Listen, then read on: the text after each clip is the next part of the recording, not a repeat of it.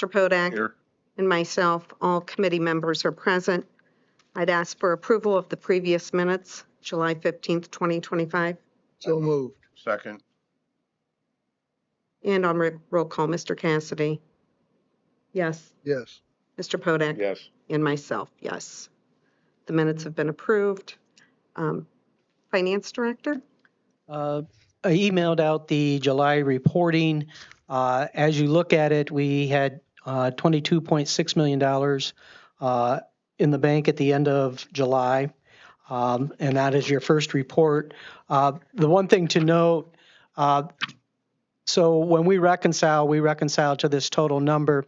I do have some transfers between accounts that haven't been recorded properly. That's why some of these numbers look a little funky. But the one thing we have been doing is making sure we're putting more into our money market account at West Banco because it's earning the same rate as Star Ohio. So that's one thing that West Banco has agreed to do, and it was actually Premier Back agreed to match Star Ohio at all times. So we're trying to make sure we're earning interest on those unutilized funds. But with that said, if you look at the second report, this is how the $22 million is accounted for in the various funds. And we have 6 pages of funds that total $22.6 million. On the back page, though, you'll see of the 22.6, we have issued purchase orders for $6.7 million, and that's why we keep it at the West Banco branch so that we have it accessible to us as we need it, as the $6.7 million in purchase orders becomes invoices. So we are, from a cash standpoint, doing well. I've provided you a revenue report as well through July. The key percentage you're looking for is anything over 58%. The real estate property taxes on the first page will adjust again here in August as we'll get our second half settlements.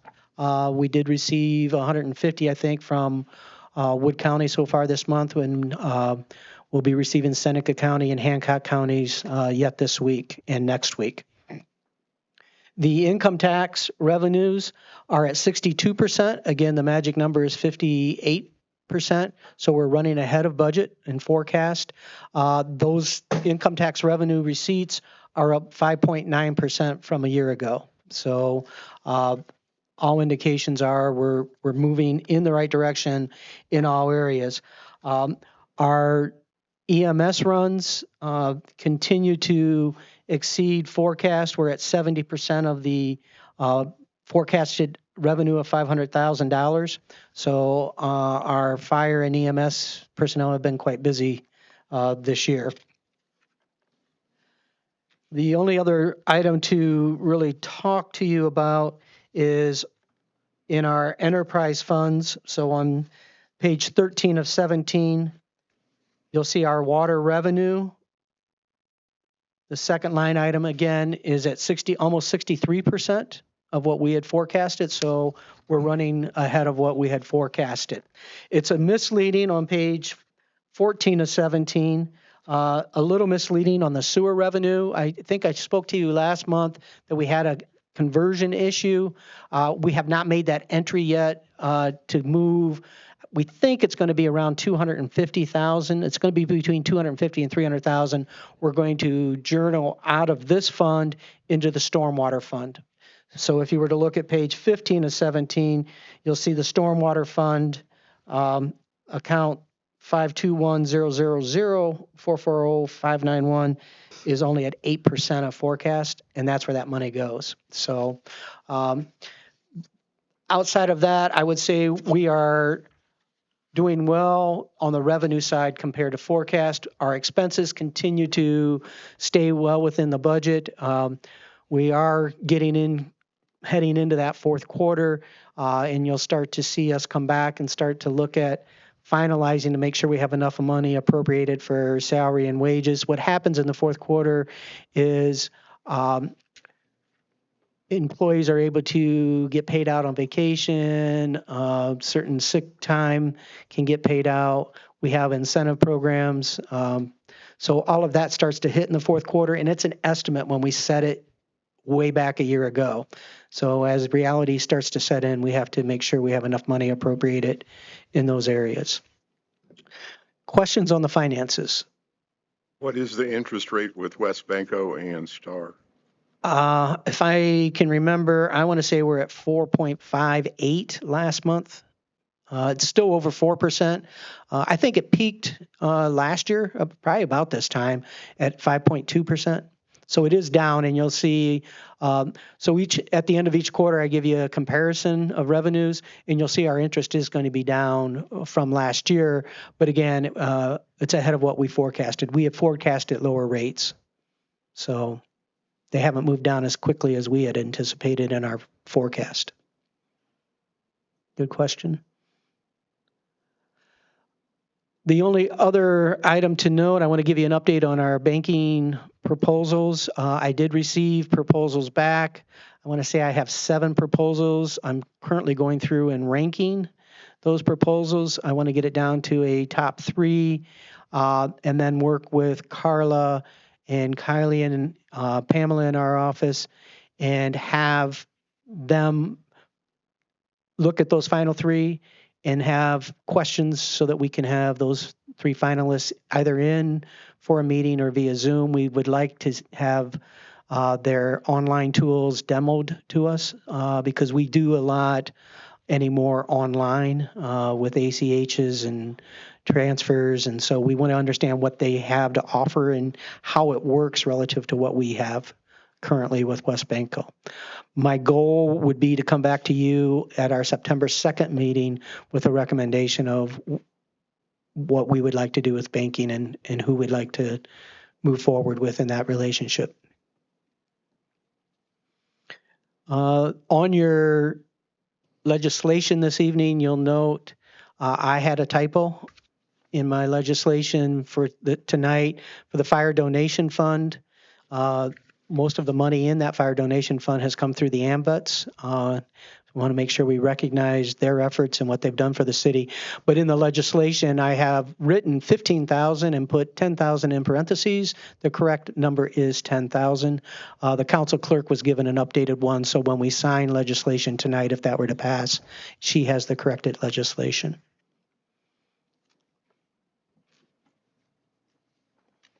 Thank you. Mayor Manel, do you have anything for the committee? Okay, Mr. Keckler. Okay, you guys are easy. Okay, committee members, Mr. Cassidy, did you have anything you wanted to present? No, Mr. Podek? Just a question, Steve. You said that you're having everybody in your office look at that and yourself Yes. on the banking. Yes. But 7 proposals? Yeah. So I'm going to narrow it down to 3, and then my team will look at those 3. I'm not asking them to go through all of them. They don't have the time nor the energy to go through it. Some proposals, I mean, it's amazing. I would say the largest proposal I received was from a financial institution, and it literally was 4 inches thick. And then I have others that are this thick. So Just curious how that came about that you had 7 and what I did is I went to any branches, any banks that were local or that I had some relationship with. So there were 3 banks outside of Fostoria currently, Farmers and Merchants, First Sycamore, and Krogan out of Tiffin. Farmers and Merchants declined to quote. The other 2 have submitted quotes, and then I have Fifth Third, West Banco, Old Fort, Huntington. I think that's gets me 7. I think. okay, yep. It's a number. That's a big number, but we wanted to make sure we had covered the area.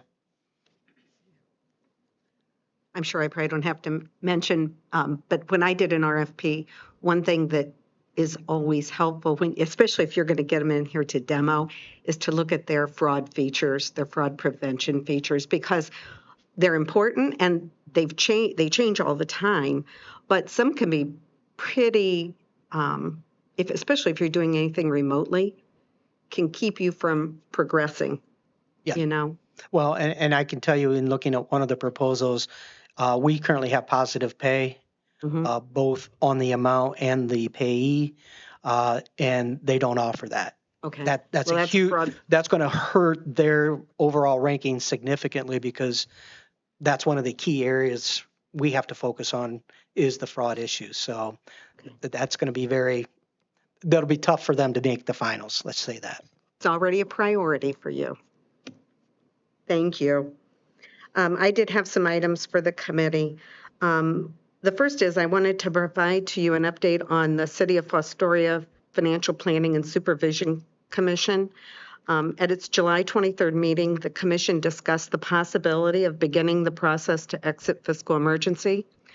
The discussion focused on current fund balances, the auditor estate's exit criteria, and the steps required in this process.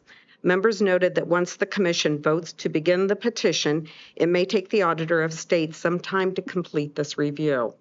There was a consensus among commission members that it would be advantageous to move this process forward, particularly as the city anticipates recruiting new leaders in 2026. Exiting fiscal emergency before recruitment would remove the lingering perception of financial distress. The commission is planning to take formal action at its December 10th meeting to begin the petition process, and they would be using the city's December 31st, 2025 financial position. To meet this timeline, it will require some things to occur at the council level. Council will need to hold a budget work session in November. It was suggested by the committee that this occur on Tuesday, November 28th at 5:30 in lieu of having a finance committee meeting that night. So that's something this committee would need to discuss. Doing this would allow Mr. Danduran to finalize the fiscal year 26 budget and then submit it to council for approval at the December 2nd meeting. It would require suspending the 3-meeting rule because the commission will be meeting before the 2nd meeting of December. And then would we also be updating the recovery plan as Right. well? Our work session is for the 26 budget, but it also includes the 5-year forecast in that. And for us to start the petition process, we have to have a completed 5-year forecast. And so that's why we can't have that commission meeting until we approve the 26 budget and financial recovery plan. So I wanted to share that with you, gather your opinions. And if you agree that we should suspend that November 18th meeting in order to make a recommendation to council, probably this evening during the miscellaneous portion of the meeting about that budget work session, we should probably take that action tonight if you are in agreement with that. Absolutely. Okay. Would someone care to make a motion to suspend the November 18th Finance Committee meeting? So move. Second. And on roll call, Mr. Podak, Yes. Mr. Cassidy, Yes. and myself, yes, that motion has passed. I would point out that there are some key dates involved in this trajectory that we planned out. It would mean that budget work session needs to take place on November 18th. Then on Tuesday, December 2nd, council would act on the fiscal year 26 budget, suspending the 3-reading rule, and also on the recovery plan at that meeting. And then that would allow on Wednesday, December 10th, the Financial Planning and Supervision Commission to meet and take that expected action to begin the petition process to exit fiscal emergency using those December 31st financials. If those fall in line, have they given any timeline when they could get their part of it done?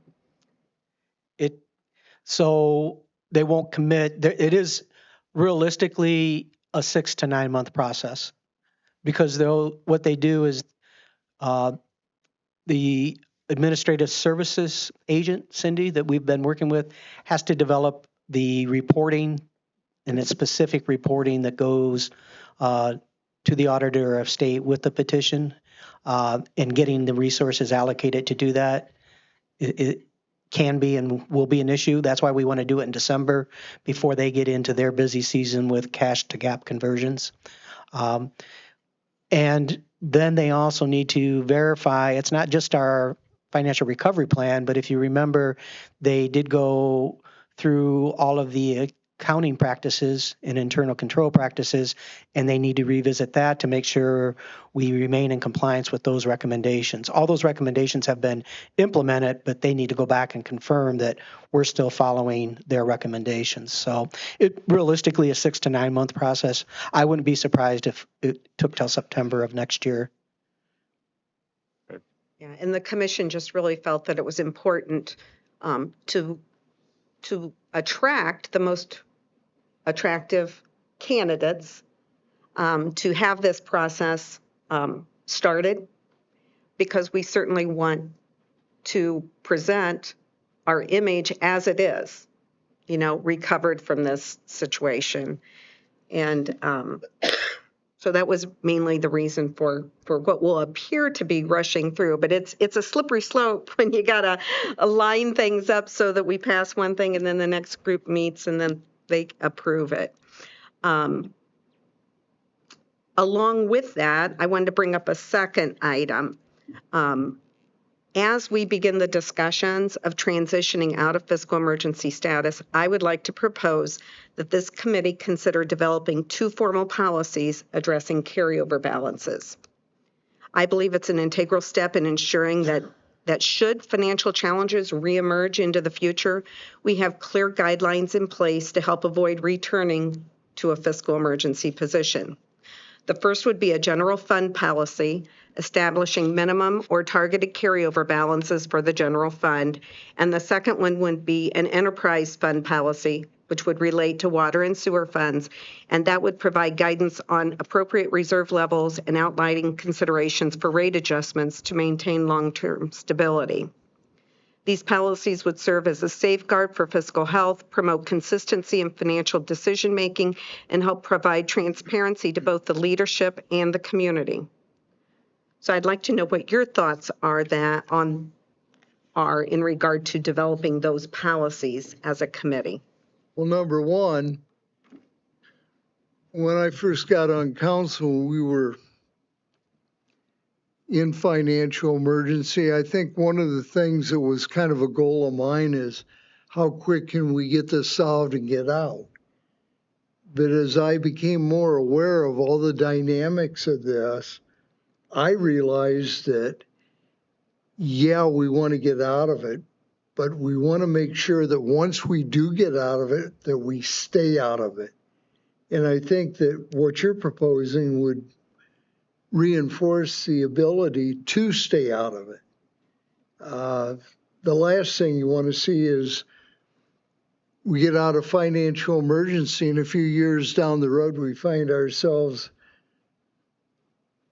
flirting with that kind of a disaster again. Well, and circumstances can change A lot of factors. with it being no one's fault.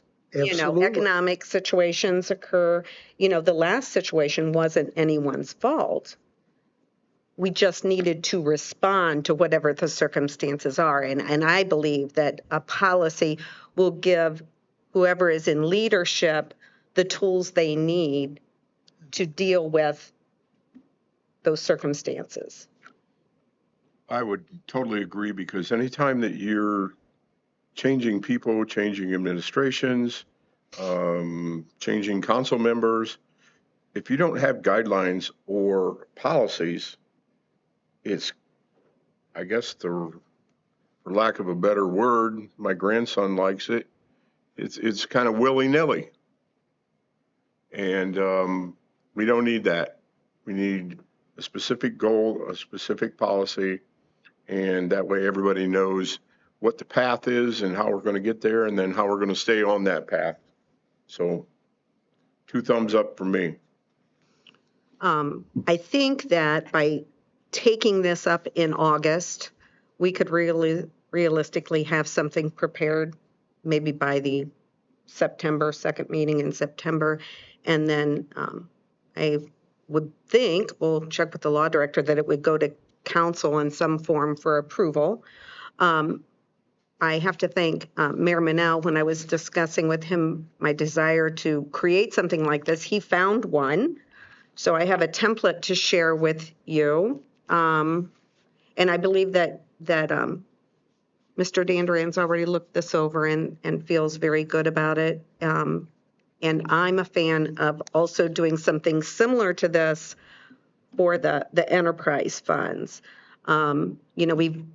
The enterprise funds are kind of what's kept us in fiscal emergency after the general fund bounced back. And my opinion is that the best way to deal with that is to do incremental adjustments to rates rather than fall in arrears and then have to do larger rate adjustments.